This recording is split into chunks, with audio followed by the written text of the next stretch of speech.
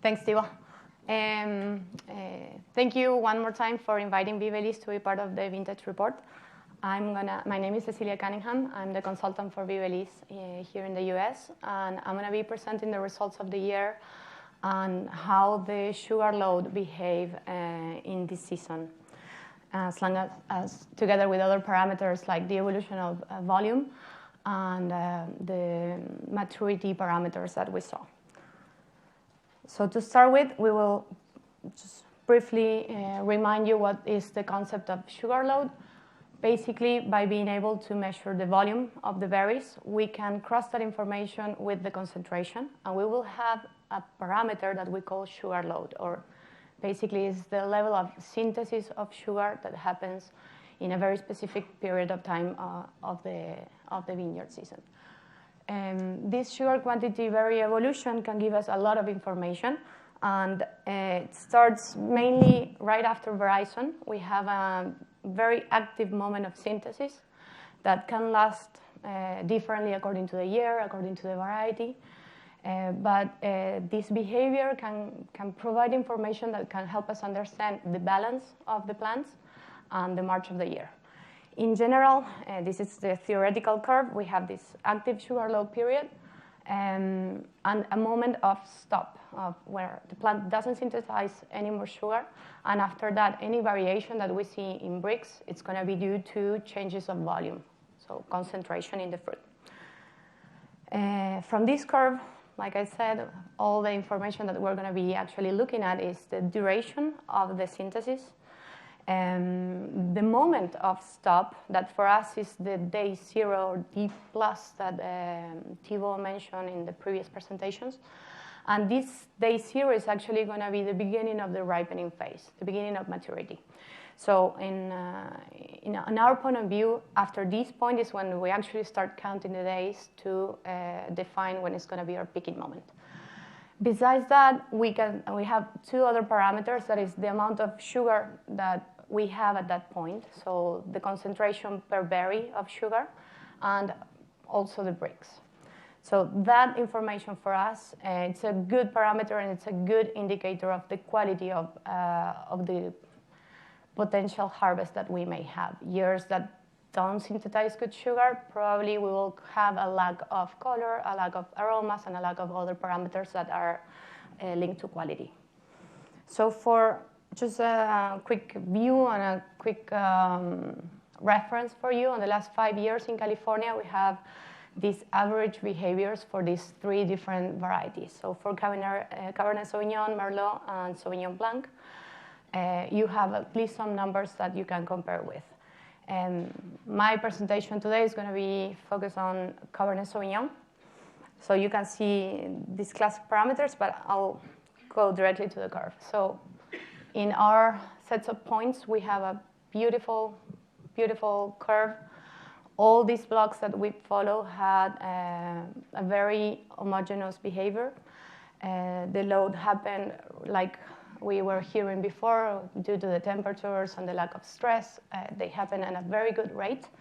And as for parameters, the moment of the sugar load stop, we finished with a concentration of around 188 milligrams per berry. As for the moment of the sugar load stop, it was at the end of August, around the 30th.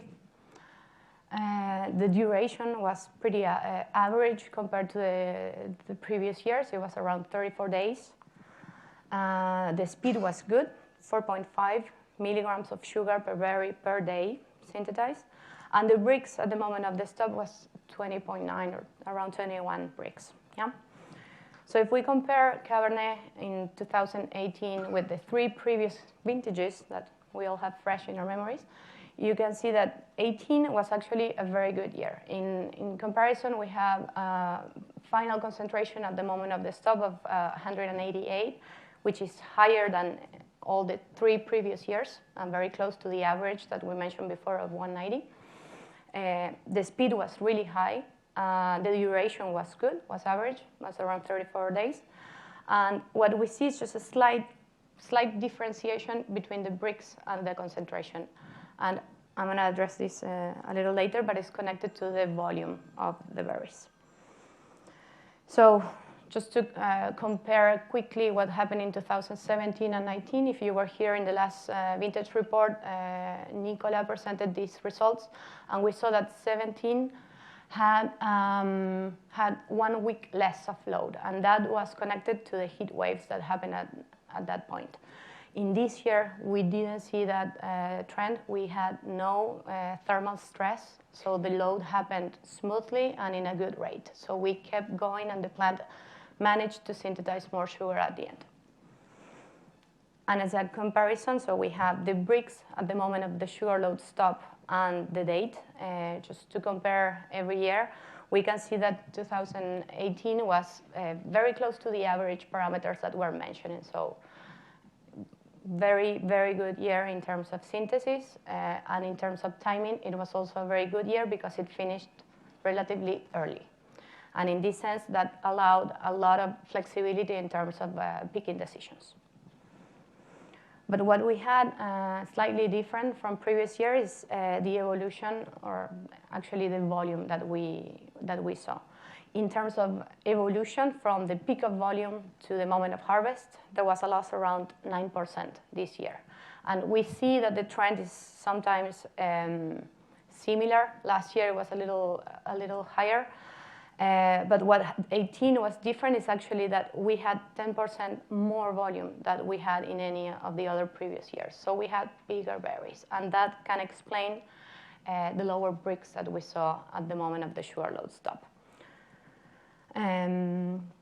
Just as a summary on the behavior of the sugar load, we had high speed, an average time of synthesis, and a high amount of final sugar per berry. But the bricks suffer a dilution due to the higher berries that we saw. So this it's actually confirming all the previous presentations from Gregory, from Thibaut, that the stress that we experienced this year was not high compared to what we've seen in previous years.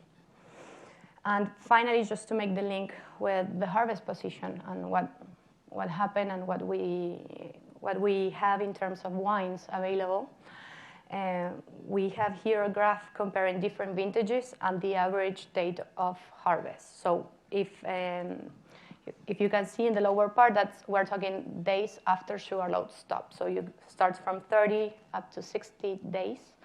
And this year, we have a slightly riper profile, but that is linked to the early stop, not so early, but a good stop that allow us to go in through all the picking windows, and the good conditions that we also experienced in phase 5 that we've been seeing previously. And so if you take a look at the model of ripening that we have developed and how we say what will be the fresh window or the ripe window, we can see that the positioning for this year, it's entering the riper window. So when we have a lower impact of vegetal aromas, better concentration, higher intensity on riper aromas. But this is an average measure. This is not the reality for all the blocks. And this year in particular, I think it was kind of a choose your own adventure type of year.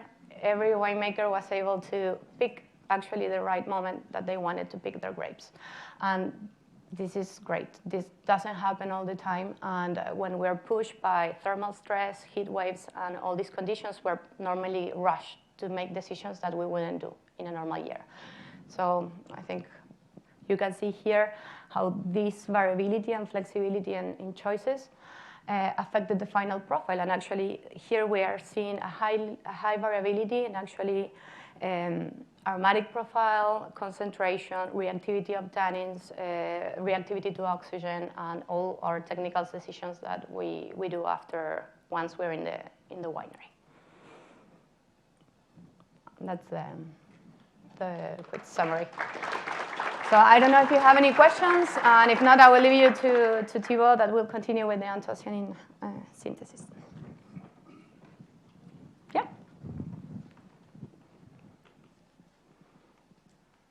have a question. Okay. Yeah. So forward back to the vintage for the Cabernet Sauvignon. Mhm. What potential for diastem did that hit? Was that medium potential? It was actually high potential. Nice. Yeah, it was higher than 21, so we are already in the window that we can have a good concentration in the palate and the variability and flexibility of aromatic profiles. Any other question? Okay. No? Hi. Hi. I noticed on your last slide, I'm not as familiar with your model, but you have a gap between fresh fruit and ripe fruit. Yeah. What kind of fruit is that? Yeah, good question. That's actually what we call the neutral phase. And it's actually a transitioning phase between a more fresh or thiolic type of profile with more citrus components into a riper or terpenic type of profile. It's not necessarily a gap in the lower potential varieties or in a year that it doesn't synthesize good sugar at the sugar load stop. We say that you feel that gap in the intensity. And sometimes you go to the vineyard, you taste the berries, and it tastes fresh, and then you go back the next week, and it doesn't taste that much. So it's just a gap or a transition between this model that we're presenting here. And in high potential varieties or in high potential vineyards, you don't see that gap, and it transitions smoothly from fresh to ripe and without that neutral window.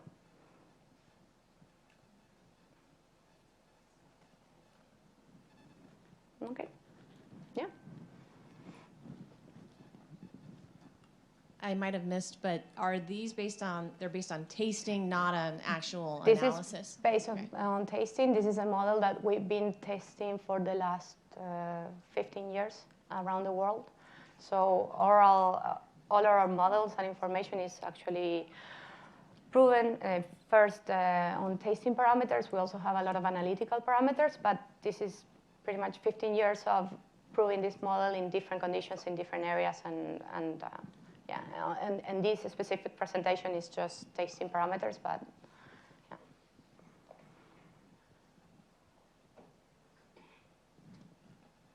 Okay. Anyone else? Okay. Thank you so much.